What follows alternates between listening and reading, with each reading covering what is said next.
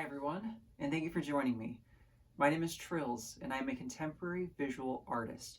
And to me, that means that my mission is to produce original works of visual art that are to be shared and exhibited as much as possible in order that they may be viewed and experienced by others, and then ultimately to be purchased and owned by patrons. As a result, I want to share with you my ideas and thoughts regarding what I think it means to be a patron of contemporary art, because it's far different than the usual transaction. Investing in a work of art is not a simple exchange of goods. Rather, it's one person partaking in the journey of another living person, especially in the case of a living visual artist like myself. And art has the power to truly move hearts and minds. So when somebody is investing in a work of art, they're investing in something that has the ability to really make an impact on the life of that buyer, as well as anybody else who has the opportunity to view it. I really believe it's a major commitment to invest in visual art, but at the same time, I also believe it's for everybody. Art is made to be shared, and ultimately what I have been given to produce is meant to be loved and shared by as many people as possible, both during my lifetime and after. And so I wanted to create this video as a means of helping all of you to better understand not only how you can go about being a patron of visual art, but also acknowledging that anybody can be a patron of visual art as well. And so to begin, we have to consider a little bit of research. First things first, you as the viewer have to do a little bit of digging and find the work that moves you, especially when it comes to living and contemporary artists. The internet is great for this, so obviously start with some searches. Try to find some things that appeal to you and that begin to really move you, and seek out those artists who produce those pieces. At the time of this recording, Instagram remains the most preeminent form of sharing that artists utilize to get their work before the eyes of more viewers. And so that's often a great place to start, admittedly. However, I will stress that that is merely a step in the door.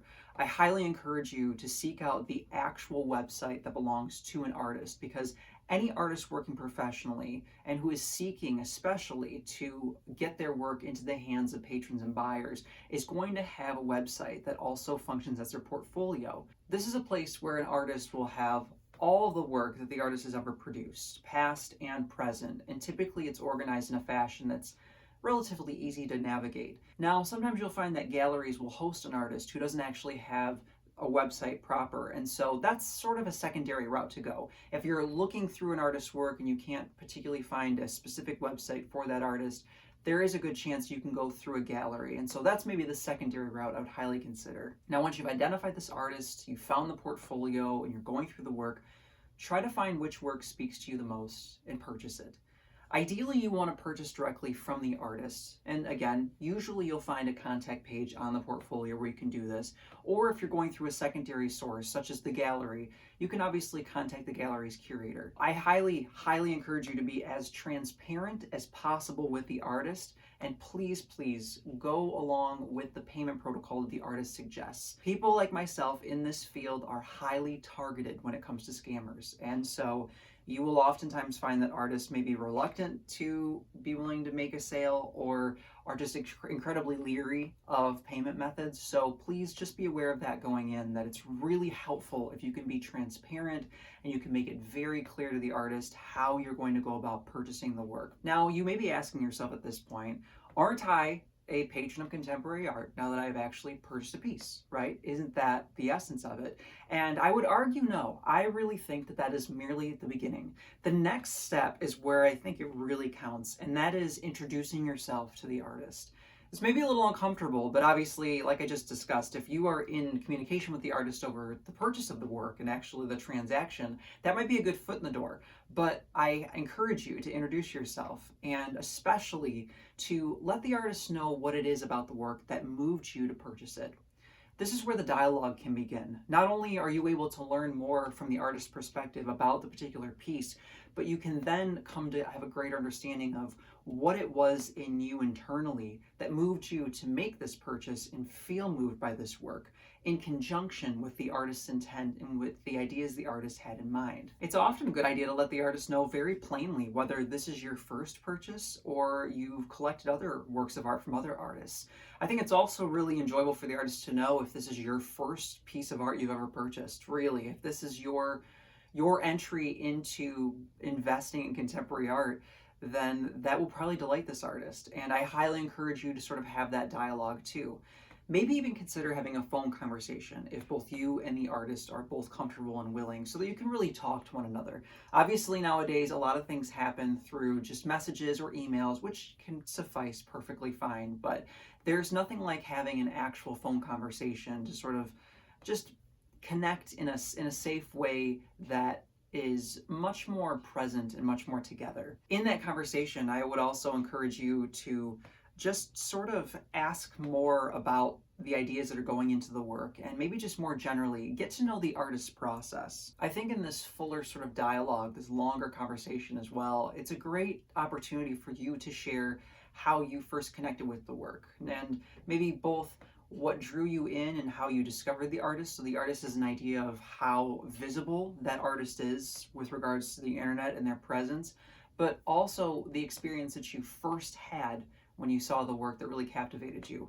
Again, there's not really a limit to what this conversation can be like, but I think this is what's really important, is to sort of have a deeper understanding and appreciation for what it is about that particular work that really spoke to you. So now you've invested in the work and you're getting to know the artist and you've had that dialogue. The next step to really be a patron of contemporary art involves a lot of outward reach. Following your conversation, use what you've learned. Write down those key aspects that you found that were most profound with regards to what the artist had to share about the particular piece or about the process in general, creating that particular work. And genuinely write it down so that you don't forget these things, and so you can keep it close at hand whenever you're thinking about the work in the future, or especially if a long time passes before you maybe sit down and have that other viewing experience of the piece. Of course, that said, I really think it's important that you view the work in a prominent place, whether that be in your home or in your office, or maybe even in a personal cottage where you keep work, like a separate home away from home, where you have like a retreat for yourself that you can have the work displayed. Howsoever, wheresoever, make it a place that is special and that it is very visible and that it is highly presentable, so that other people, whenever they come to visit the home, are able to see the work as well. And again, because this is the internet age, make it a point to photograph the work, and from different angles. Once you have it displayed and presentable, make it a point to photograph the work so that you can then share those photographs. You can even create an Instagram account, for example, to display your own personal collection. And this is another excellent way that you can be a patron of art in general, because you're facilitating the reach of that artwork and the artist. Really make it a point to make this something special, make it presentable. When you're sharing in this way, publishing it online, make it a point to write something thoughtful with regards to the piece when you share those images. For example, this is the time where you could share just a written version of your experience viewing the work, what it is that spoke to you, what it is that captivated you.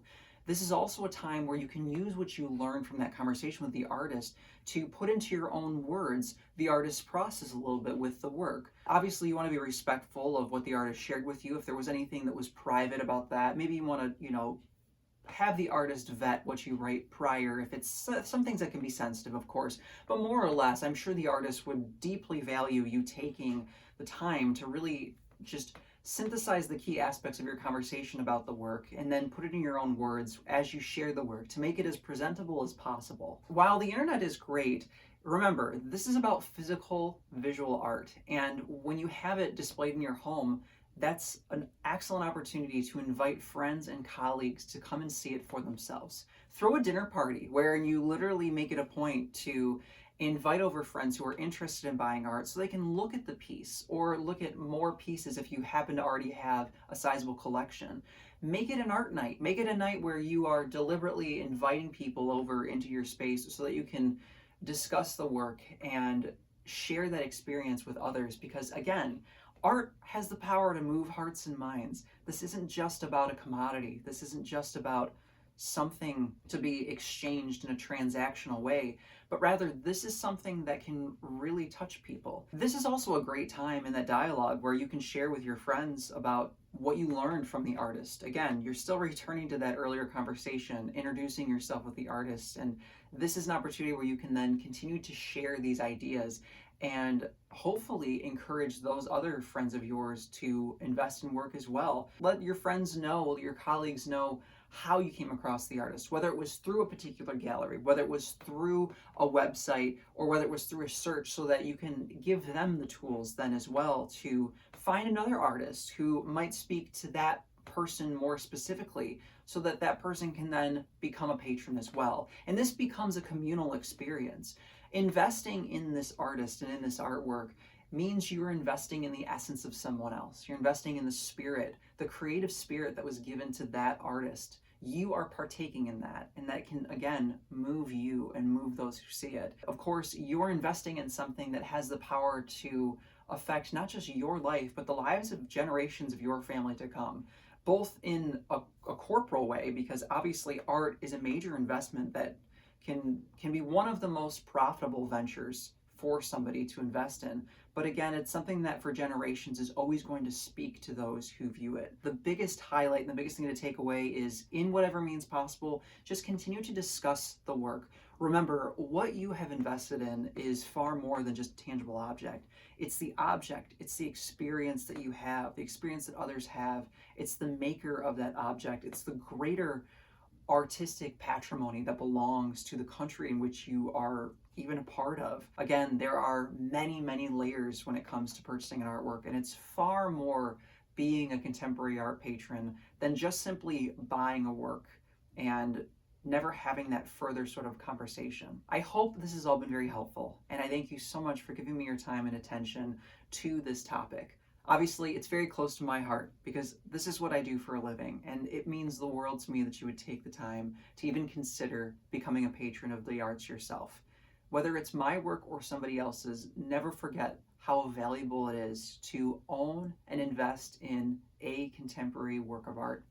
Thank you so much, and please share with anybody else who might find it worthwhile. Take care.